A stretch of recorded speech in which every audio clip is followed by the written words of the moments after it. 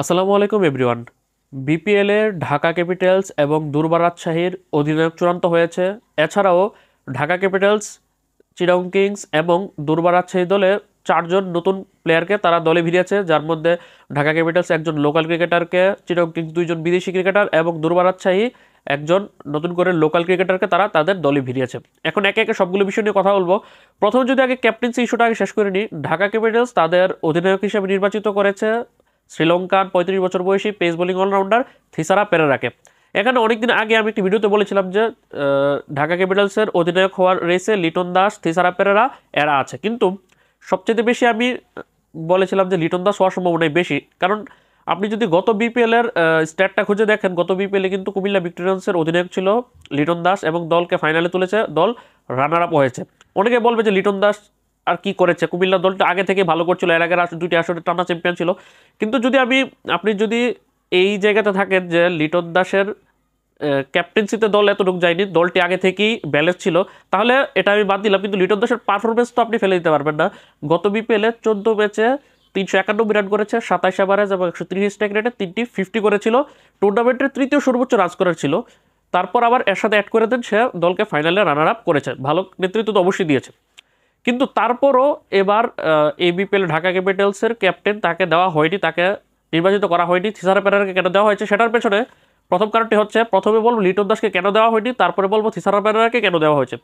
লিটন দাসকে না দেওয়ার পেছনে মেন কারণ হচ্ছে, গত বিপিএল এর পর এই বিপিএল পর্যন্ত মাঝখানে লিটন দাস 21টি টি20 ইন্টারন্যাশনাল ম্যাচ খেলেছে বাংলাদেশের জার্সিতে। 21টি ম্যাচ খেলে সে 309 রান করেছে, মাত্র 16 এভারেজ এবং মাত্র 100.65 স্ট্রাইক রেটে, একটি 50 রয়েছে। অর্থাৎ পুরো এক বছর জুড়ে যে 21টি টি20 খেলেছে, মাত্র 309 রান করেছে, সেটা বড় কথা নয়। সবচেয়ে বড় কথা হচ্ছে যে অ্যাভারেজটা টি20 সুলভ না, 20-এর কম অ্যাভারেজ, তার উপর আবার স্ট্রাইক রেটটা 100, মানে 100 বলে 100-র মতো অবস্থা। তো এই অবস্থাতে টি20 জায়গাতে সে অফ ফর্মে রয়েছে, সেই জায়গাতে তাকে ক্যাপ্টেন্সি না দেওয়ার সিদ্ধান্ত নিয়েছে ক্যাপিটালস ফ্র্যাঞ্চাইজি। আমি মনে করি সেটাকে সাধুবাদ জানানো উচিত, কারণ যদি তাকে ক্যাপ্টেন্সি দেওয়া হতো, তারপর দেখা যেত যে ক্যাপ্টেন্সি ভালো করে করতে পারছে কিন্তু পারফর্ম করতে পারছে না, তখন কিন্তু পারফরমেন্স না করার কারণে কিন্তু তাকে দল থেকে তারা সরাতে পারবে না, যার কারণে কিন্তু এটা ঢাকা ক্যাপিটালসের জন্য পরবর্তীতে মাথা ব্যথার কারণ হয়ে দাঁড়িয়ে যাবে, যার কারণে তারা লিটন দাসকে দেয়নি। এখন কথা হচ্ছে থিসারা পেরেরাকে কেন দিয়েছে। থিসারা পেরেরাকে দেওয়ার মেন পিছনে একটি কারণ হচ্ছে, থিসারা পেরেরা কিন্তু অনেক অভিজ্ঞ একজন ক্রিকেটার এবং শ্রীলঙ্কার দলকে, ওয়ানডে এবং টি20 দলকে অনেকদিন জাতীয় দলকে সে নেতৃত্ব দিয়েছে এবং বিশ্ব ক্রিকেটের বিভিন্ন দেশের ফ্রাঞ্চাইজি লিগে সে খেলেছে, বিভিন্ন দেশের ফ্রাঞ্চাইজি লিগেও গিয়ে ক্যাপ্টেন্সি করেছে। আর সবচেয়ে একটি এক্সট্রা অ্যাডভান্টেজ হচ্ছে সে 2015 থেকে 2023 সাল পর্যন্ত এই 8টি সিজনের মধ্যে সে 6টি সিজনই বিপিএলে খেলেছে, 6টি ভিন্ন দলের হয়ে বিপিএল খেলেছে, 8টি সিজন খেলেছে 6টি ভিন্ন ফ্র্যাঞ্চাইজির হয়ে, এবং 6 বিপিএলে সে 76টি ম্যাচ খেলেছে, 76 ম্যাচ খেলে 1018 রান করেছে, 23 এভারেজ এবং 148 স্ট্রাইক রেটে, বল হাতে সে খুব সম্ভবত 69টি উইকেট শিকার করেছে 8.34 ইকোনমিতে। অর্থাৎ তার পারফরমেন্সও তার পক্ষে কথা বলছে, পাশাপাশি সে বিভিন্ন দেশের ফ্র্যাঞ্চাইজি লিগে ক্যাপ্টেন্সি দিয়েছে এবং নিজের দেশের টি20 লিগে এবং জাতীয় দলেও ক্যাপ্টেন্সি দিয়েছে, যার কারণে থিসারা পেরেরাকে দেওয়া হয়েছে। আর যদি লিটন দাসকে এখানে না দেওয়া হতো, তাহলে বিদেশিদের মধ্যে থিসারা পেরেরা ছাড়া আর কোনো অপশনই নেই এখানে। আমি মনে করি থিসারা পেরেরাকে দেওয়াটা একদম 100% গুড চয়েস হয়েছে। যদি লিটন দাস ফর্মে থাকার পর যদি পেরেরাকে দিত, তাহলে আমি সেটার পেছনে দ্বিমত জানাতাম। তারপর এখন যদি আমরা চলে যাই যে দুর্বার রাজশাহী অধিনায়ক হিসেবে নির্বাচন করেছে এনামূলক বিজয়কে, সহ অধিনায়ক হিসেবে নির্বাচিত করেছে তারা তাসকিন আহমেদকে। এখানে আবার একটা দ্বিমত আছে, সেটা হচ্ছে রিসেন্টলি এনসিএল টি20 লিগে রংপুর ডিভিশনকে নেতৃত্ব দিয়েছে আকবর আলী, দলকে চ্যাম্পিয়ন করেছে, পাশাপাশি ব্যাট হাতে সে 9 ম্যাচে 208 রান করেছে, 34 এভারেজ এবং 149 স্ট্রাইক রেটে 3টি 50 করেছে। সেই আকবর আলীকে কেন দেওয়া হলো না, কেন এনামূলক বিজয়কে দেওয়া হলো? ঠিক আছে, এনামূলক বিজয় গত বিপিএল খুলনা টাইগার্সের নেতৃত্ব দিয়েছে, বাংলাদেশের ডোমেস্টিক ঘরোয়া ক্রিকেটের নেতৃত্ব দিয়ে আন্ডার-18 টিমের ক্রিকেটার। আমার ব্যক্তিগতভাবে এনামূলক বিজয় আমার ফেভারিট ক্রিকেটার। এই দলের মধ্যে যে দুজনকে দেওয়া হয়েছে এনামূলক বিজয়, তাসকিন আহমেদ, দুজনে আমার ফেভারিট ক্রিকেটার। কিন্তু কথা হচ্ছে যে আকবর আলী তো বেশি রিজার্ভ করতো, সে রিসেন্টলি মাত্র কয়েকদিন আগে টুর্নামেন্টের চ্যাম্পিয়ন হয়ে আসতো, সেই হিসাবে আকবর আলীকে এখানে দেওয়া যেত, অথবা এনামূলক বিজয়কে তারা অতিরিক্ত দিয়েছে, আকবর আলীকে অ্যাটলিস্ট সহ অধিনায়ক হিসেবে তারা রাখতে পারতো। যদি তাসকিন আহমেদকে শোনা গিয়েছিল যে অধিনায়ক করবে, যেহেতু তাসকিন আহমেদকে অধিনায়ক করা হয়নি, সেক্ষেত্রে সহ অধিনায়ক তাসকিনকে করে তো লাভ নেই, আকবর আলীকে সহ অধিনায়ক হিসেবেও রাখতে পারতো, কিন্তু সেটা তারা করেনি। এইগুলো দুটি অবস্থা, ঢাকা ক্যাপিটালসের অধিনায়ক পেরেরা এবং রাজশাহীর অধিনায়ক হচ্ছে এনামূলক বিজয়। এখন যদি আসি যে ঢাকা ক্যাপিটালসের যে একজন লোকাল ক্রিকেটারকে তারা দলে বেরিয়েছে, সেটা আর কেউ না, 33 বছর বয়সী বাংলাদেশের ডানহাতি পেস বোলিং অলরাউন্ডার আলাউদ্দিন বাবু রিসেন্টলি সে এনসিএল টি-20 লিগের রংপুর ডিভিশনের হয়ে 9 ম্যাচ খেলে 19 উইকেট শিকার করেছে। 5.85 কিলোমিটার টুর্নামেন্টের হাইয়েস্ট উইকেট টেকার ছিল, কিন্তু কোনো দল পাচ্ছিল না। আজকেই সে দল পেয়েছে, যার কারণে এটা ঢাকা ক্যাপিটালস ফ্রাঞ্চাইজিকে অ্যাপ্রিসিয়েট করার মতো একটা সিদ্ধান্ত তারা নিয়েছে। এই আলাউদ্দিন বাবুকে তারা দলে ভিড়িয়েছে।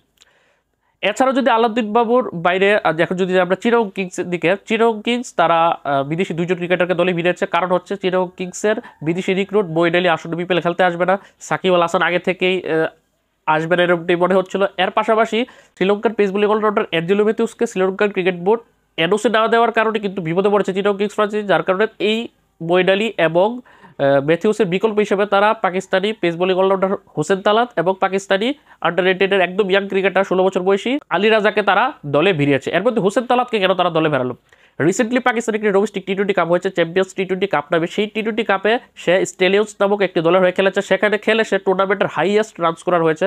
9 ম্যাচ খেলে 319 রান করেছে, 53 এভারেজ, 154 স্ট্রাইক রেটে, একটি সেঞ্চুরির সাথে 2টি 50ও সে করেছে। পাশাপাশি বল হাতে সে 4টি ইনিংস বল করে 6টি উইকেট শিকার করেছে। সেটা আলাদা বিষয় যে খুব বেশি এক্সপেন্সিভ বোলিং করেছে, 11 উপর 21 মিনিটে বল করেছে, কিন্তু তার এখানে মেইন ফোকাসটা হচ্ছে সে টুর্নামেন্টের হাইয়েস্ট রান স্কোরার হয়েছে। 53 এভারেজ, 154 স্ট্রাইক রেটে, 319 রান করে চলে গেছে, সেঞ্চুরিও পেয়েছে টি-20-তে। সেই হিসাবে একদম ফ্রেশ একজন ক্রিকেটার, যে ইনফর্ম ক্রিকেটারকে দলে ভিড়েছে, এটা অ্যাপ্রিসিয়েট করার মতো আমি বলবো চিটাগং কিংসকে। এছাড়াও কিন্তু হোসেন তালাত কিন্তু পাকিস্তান জাতীয় দলের হয়ে একটি ওডিআই এবং 18টি টি-20 ইন্টারন্যাশনাল ম্যাচ খেলেছে, আর সব ধরনের টি-20 ডোমেস্টিক টি-20 মিলে 176টি টি-20 ম্যাচ খেলার তার অভিজ্ঞতা আছে। তাই আমি মনে করি যে অ্যাঞ্জেলো ম্যাথিউসের বিকল্প হিসাবে এটা পারফেক্ট হয়েছে হোসেন তালাত, ইনফর্ম ক্রিকেটার। আরেকজন যে 16 বছর বয়সী ডানহাতি পেসার আলী মির্জাকে দলে ভিড়িয়েছে এই চিটাগং কিংস। সেই আলী মির্জা এখন পর্যন্ত সে একটি ফার্স্ট ক্লাস, 12টি লিস্টে এবং 4টি টি-20 ম্যাচ খেলেছে। 16 বছর বয়সী একজন ক্রিকেটার, আর কতটুকু কেরিয়ার তার হতে পারে? রিসেন্টলি আন্ডার-19 এশিয়া কাপে সে খেলেছে, সেখানে সে 3 ম্যাচ খেলে 4টি উইকেট শিকার করেছে, 4.34 কিলোমিটারে। সেটা ছিল 50 ওভারের টুর্নামেন্ট। আর তারপরে সে তাদের দেশের ডোমেস্টিক টি-20 লিগে সে 4টি টি-20 ম্যাচ খেলেছে, 2টি উইকেট শিকার করেছে, 8.81 কিলোমিটার। এটা হচ্ছে আলী রাজাই খুব সম্ভবত নামটা তার পারফরমেন্স। এই ছোট একটা পারফরমেন্স দেখে তো তার জাজ করা যায় না। আর সবচেয়ে আরেকটি গুরুত্বপূর্ণ বিষয় হচ্ছে দুর্বার এই দল নতুন আরেকজন লোকাল ক্রিকেটারকে দলে ভিড়িয়েছে। একজন নয়, 2জন প্লেয়ারকে দলে ভিড়িয়েছে। তাশরিফ মাশরাফি নামে একজন ক্রিকেটারকেও তারা দলে ভিড়িয়েছে, কিন্তু তার সম্পর্কে তেমন বেশি কিছু জানা যায়নি। তবে তারা একজন বাহাতি পেসার মৃত্যুঞ্জয় চৌধুরী, 23 বছর বয়সে, তাকে দলে ভিড়িয়েছে। মৃত্যুঞ্জয় চৌধুরী কিন্তু জাতীয় দলের হয়ে একটি ওডিআই এবং একটি টি-20 ইন্টারন্যাশনাল ম্যাচও খেলেছিল। আর সে ডোমেস্টিক টি-20তে 33টি ম্যাচ খেলেছে, 33 ম্যাচে 33 উইকেট শিকার করেছে।